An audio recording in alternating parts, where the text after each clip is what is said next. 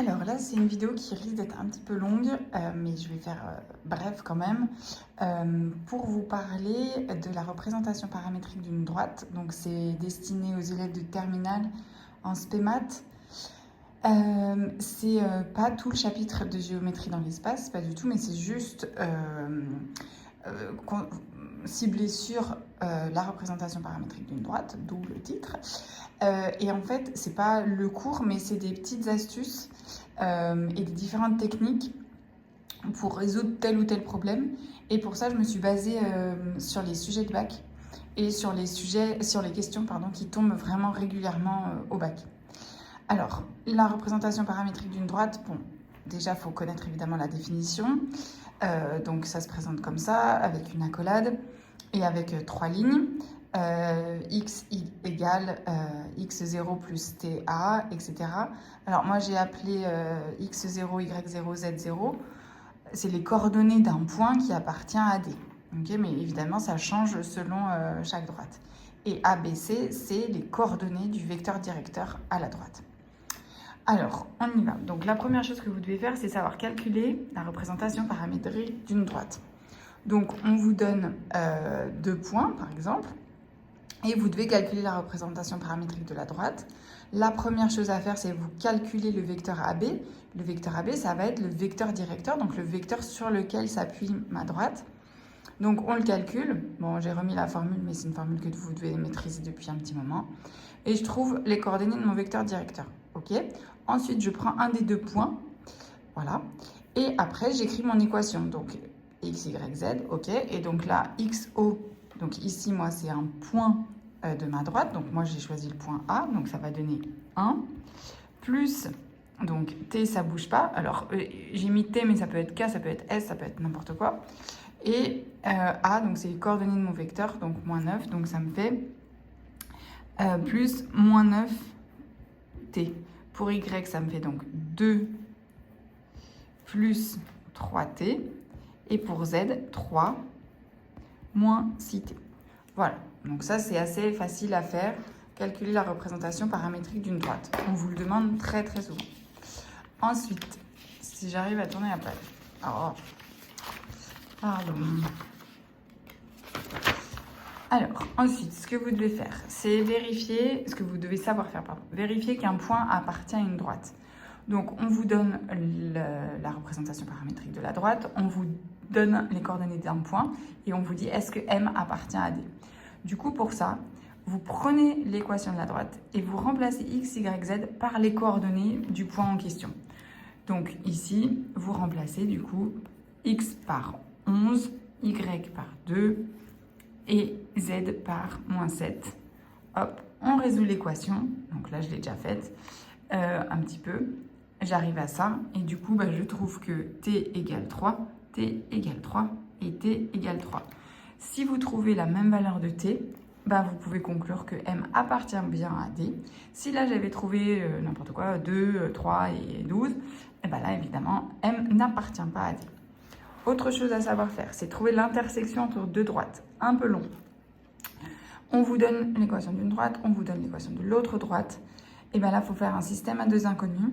Du coup, vous écrivez la partie de droite ici, la partie de droite de l'autre droite ici. Donc, ça donne ça.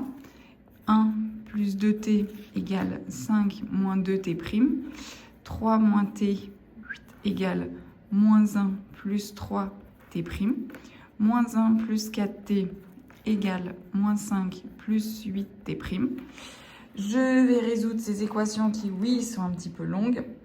Et à la fin, je me retrouve avec t' égale 1, t égale 1. Je remplace tout ça dans mes équations. Donc, je remplace les t par les valeurs que j'ai trouvées et t' par les valeurs que j'ai trouvées. Et donc, j'ai fait ça pour aller un peu plus vite. Du coup, ça me donne 3 ici, 2 ici et 3 ici. Je vérifie que ça marche bien pour des 2. Ça me fait bien 3 ici, 2 ici et 3 ici. C'est cohérent. Et du coup, les points d'intersection entre mes deux droites, c'est I, j'appelle I, 3, 2, 3. Je vous mettrai tout ça en photo pour que vous preniez le temps de bien regarder ça. Ensuite, comment je sais si deux droites sont parallèles? Ça, c'est super simple. On se rappelle, hein, si deux droites sont parallèles, c'est que les vecteurs directeurs de ces droites sont collinéaires. Donc, on va lire les vecteurs directeurs de ces deux droites. Donc, on a dit les vecteurs directeurs, c'est les coefficients, les nombres par lesquels sont multipliés t. Donc, ici, ça me fait 1, moins 2 et 5. Ça, c'est pour le vecteur directeur de la droite N1. Je fais pareil de l'autre côté. J'ai 3, moins 6, 15. 3, moins 6 et 15. Donc, pour que deux vecteurs soient collinaires, il faut que leurs coordonnées soient proportionnelles. Bon, je vois que si je fais... C'est tout flou, pardon. Si je fais 1 fois 3, j'obtiens ça. Moins 2 fois 3, j'obtiens ça. Et 3 fois 5, j'obtiens ça.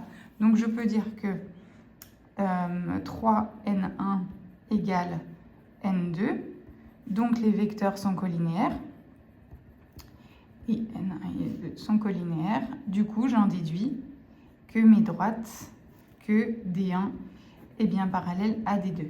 Évidemment, si j'avais trouvé deux vecteurs directeurs non collinaires, mes droites n'étaient pas parallèles. Ensuite, vous devez savoir trouver l'intersection entre un plan et une droite. Donc, je ferai une autre vidéo sur les plans. L'équation de la droite, l'équation du plan. Pour ça, je remplace tous les x, y, z par les valeurs de x, y, z de D1. Je résous mon équation. Donc là, vous voyez, j'ai remplacé. Alors, on va le faire. Du coup, ça me donne 2 fois 1 plus t, moins 2 moins t, plus 4 plus 3t, égale 7. Je résous, je trouve ça. Et je vais remplacer la valeur de t là-dedans. Donc, ça me fait 1 plus 1 demi, 2 moins 1 demi et 4 plus 3 fois 1 demi. Je résous et j'ai les coordonnées de l'intersection, du point d'intersection entre la droite et le plan. Et enfin, pour savoir si deux droites sont coplanaires, donc pour être coplanaires, elles doivent être soit parallèles, soit séquentes.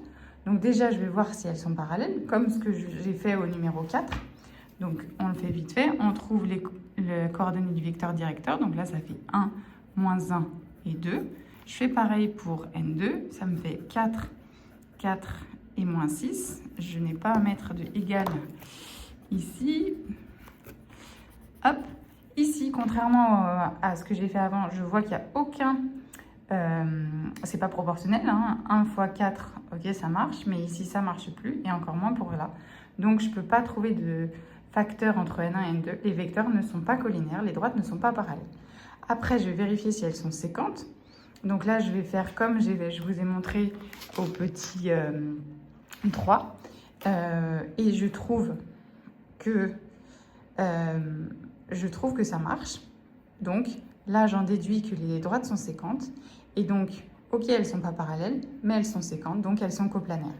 Si j'avais trouvé ni séquentes ni parallèles, alors elles n'étaient pas coplanaires. Voilà le petit récap pour les droites, les représentations des droites paramétriques. Et je vous dis bien, c'est juste des petites astuces, c'est pas le cours en entier.